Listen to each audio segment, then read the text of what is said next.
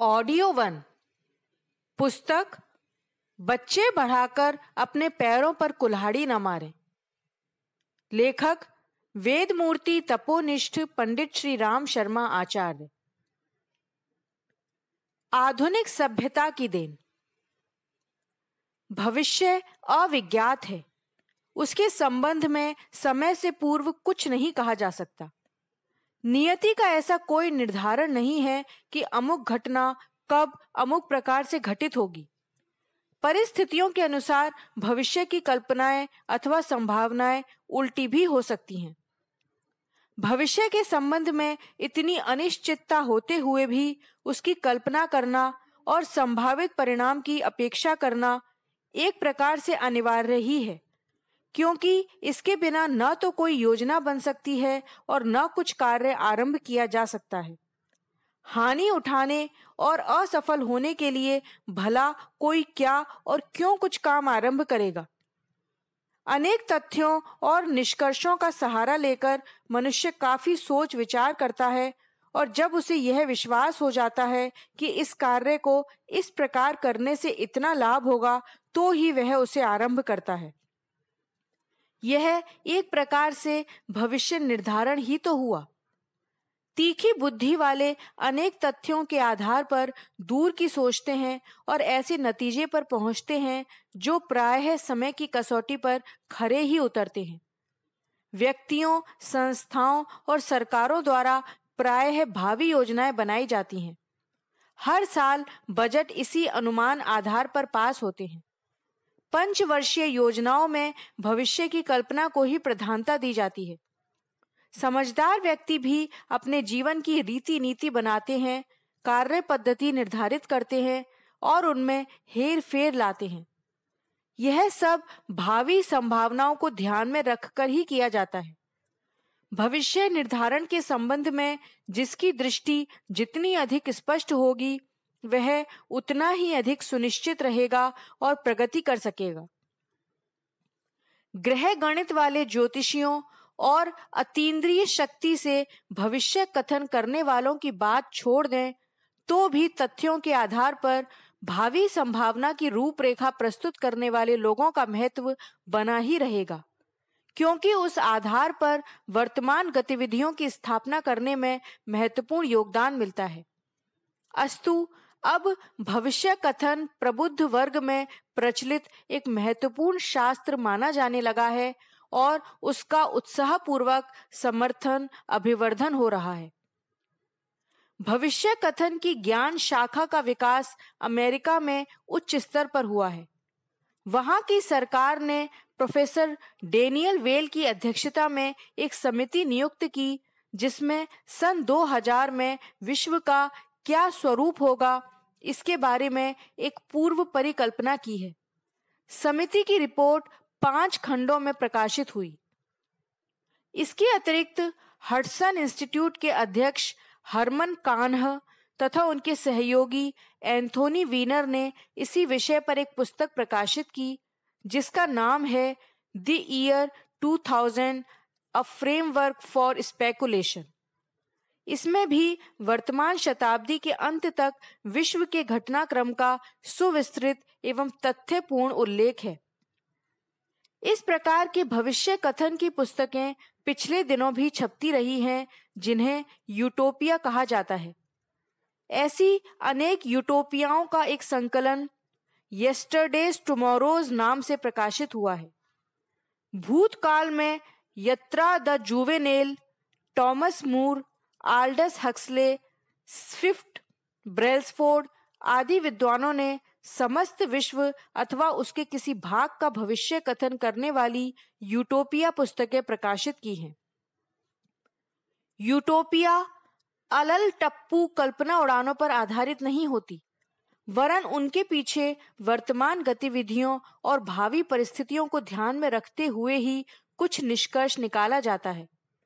विज्ञान की प्रगति, औद्योगिक विकास, राजसत्ताओं की उलट-पुलट, जनसंख्या की वृद्धि, साधन स्रोतों की सीमा, मानवीय प्रकृति में परिवर्तन, खपत और उत्पादन का संतुलन जैसे अनेक तथ्यों का सहारा लेकर यह निष्कर्ष निकाला जाता है कि भविष्य का ऊंट किस करवट बैठने वाला है।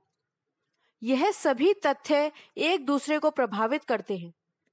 किस तथ्य का रुझान किस ढलान की ओर लुढ़क रहा है और अगले दिनों उसमें क्या मोड़ आने वाला है, जो इस शतरंज को ठीक तरह समझ सकने की प्रखर कल्पना शक्ति संजोए हों और आवश्यक तथ्यों का सही रूप से संग्रह कर रहे हों, उनके लिए भविष्य का ऐसा निष्कर्ष निकाल सकना कुछ बहुत कठिन नहीं होता। संपन्न देशों के बड़े व्यापार फर्म एक विभाग ही इस भविष्य कथन की शोध करते रहने के लिए नियुक्त रखते हैं और उस पर प्रचुर खर्च करते हैं। भविष्य शास्त्र की ज्ञान शाखा के अंतर्गत महत्वपूर्ण शोध कार्य अमेरिका की एक संस्था पिछले दिनों कर रही थी। नाम था उसका रैंड। सेंटा मोनिका बीच के पास उसका विशाल भवन था। उसमें अनेक बुद्धिजीवी संसार की विभिन्न गतिविधियों का अध्ययन करके, भावी संभावनाओं का आकलन करके उस दिशा में अमेरिका के विभिन्न वर्गों को उपयोगी सुझाव देने योग्य निष्कर्ष प्रस्तुत करते थे। इन्हीं शोधकर्ताओं में एक था हरमन कान्ह। उसने उक्त संस्था छोड़कर ठीक उसी तरह का अपना अलग संस्थान बनाया। नाम रखा हरमन इंस्टीट्यूट, जिसे लोग थिंक टैंक अर्थात ज्ञान सरोवर के नाम से भी पुकारते हैं। हरमन संसार के उच्च कोटि के ज्ञानवानों में से एक गिना जाता था। हरमन की महत्वपूर्ण पुस्तक है ऑन थर्मोन्यूक्लियर वॉर। इसमें अणु युद्ध, उसकी संभावना तथा प्रतिक्रिया पर विस्तृत प्रकाश डाला है और सुझाव दिया है कि उस विभीषिका के संदर्भ में अमेरिका को क्या करना चाहिए। इस पुस्तक ने जनता और सरकार के मस्तिष्क को बेतरह झकझोरा। पुस्तक की जहां उस प्रकाशक ने भूरी भूरी प्रशंसा की, वहां लेखक को इडियट जीनियस कहकर तिरस्कृत भी किया गया। जो हो, हरमन अपने शोध कार्य में दत्त चित्त से लगा रहा। उसकी शोध संस्था में 75 व्यक्ति काम करते थे। इनमें से 35 तो बहुत ही उच्च कोटि के विद्वान तथा सूक्ष्म दृष्टि संपन्न थे। 300 पौंड भारी इस मोटू भविष्यवक्ता की संसार भर में चलते फिरते कंप्यूटर के रूप में ख्याति रही है। समय समय पर की गई उसकी राजनीतिक और औद्योगिक भविष्यवाणियां अब तक सही निकलती रही हैं। हरमन ने 1 बढ़ती हुई जनसंख्या, 2 बढ़ती हुई संपन्नता, 3 बढ़ते हुए सरकारी नियंत्रण, 4 बढ़ती हुई वैज्ञानिक प्रगति और 5 बढ़ती हुई स्वार्थपरता की ओर संसार का ध्यान आकर्षित किया है और कहा है, समय रहते इन 5 विभीषिकाओं को रोका जाए, अन्यथा अगली शताब्दी की असाध्य समस्याओं का सामना करना पड़ेगा। वर्तमान प्रगति अगले दिनों मनुष्य जाति के गले में पड़ा हुआ फांसी का फंदा सिद्ध होगी। क्या यही प्रगति है? निस्संदेह मनुष्य ने पिछली शताब्दियों में असीमित प्रगति की है। अपने इस युग को प्रगति युग माना जाता है। इस प्रगति के लिए कहा जाता है कि जो जानकारियां एवं सुविधाएं पूर्वजों को प्राप्त थीं, उनकी तुलना में अपनी उपलब्धियां कहीं अधिक बढ़ी चढ़ी हैं। यह दावा इस हद तक ही सही है कि निस्संदेह बढ़ोतरी हुई है, पर प्रगति किस दिशा में हुई है यह विचारणीय है। बढ़ना उत्थान की दिशा में भी हो सकता है और पतन की ओर भी। साधनों की मात्रा बढ़ाने में नहीं, वरन उनका सदुपयोग कर सकने वाली बुद्धिमत्ता के बढ़ने पर ही यह कहा जा सकता है कि प्रगति हुई। यदि बढ़ते हुए साधन विनाश, विग्रह और पतन के लिए प्रयुक्त किए जा रहे हैं, तो यही कहना पड़ेगा कि इस उन्नति की तुलना में वह अभावग्रस्तता अच्छी थी जिसमें मनुष्य स्नेह, सद्भाव और चैन संतोष के साथ रहता था।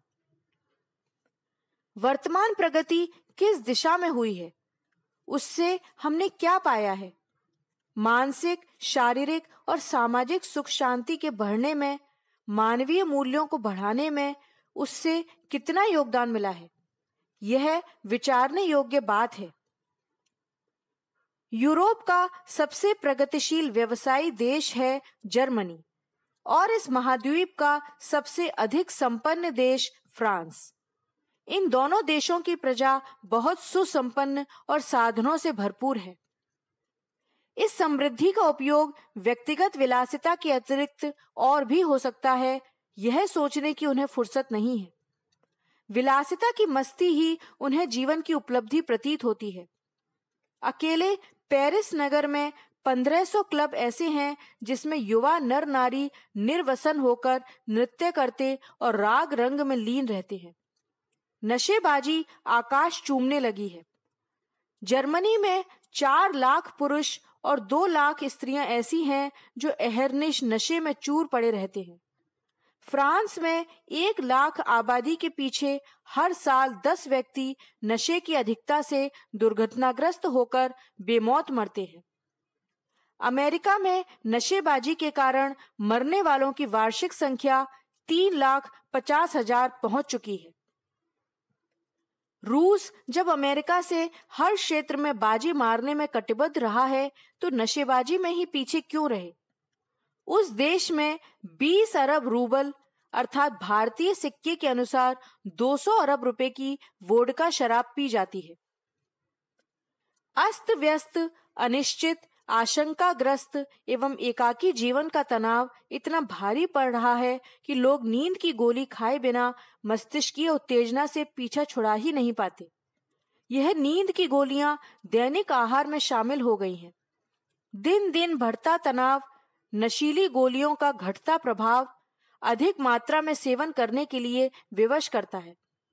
उस समय तो लगता है कि अनिद्रा की व्यथा से छुटकारा पाने का अस्त्र हाथ लग गया, किंतु शरीर के सूक्ष्म संस्थानों में यह विषाक्तता इतनी गहराई तक घुस जाती है कि उनमें विविध प्रकार की व्याधियां उठ खड़ी होती हैं। संतानोत्पादन पर तो नशेबाजी का और भी बुरा प्रभाव पड़ता है। अमेरिका में हर वर्ष 2.5 लाख बच्चे विकलांग पैदा होते हैं। 1980 में ऐसे बच्चों की संख्या 1.5 करोड़ से ऊपर निकल गई थी।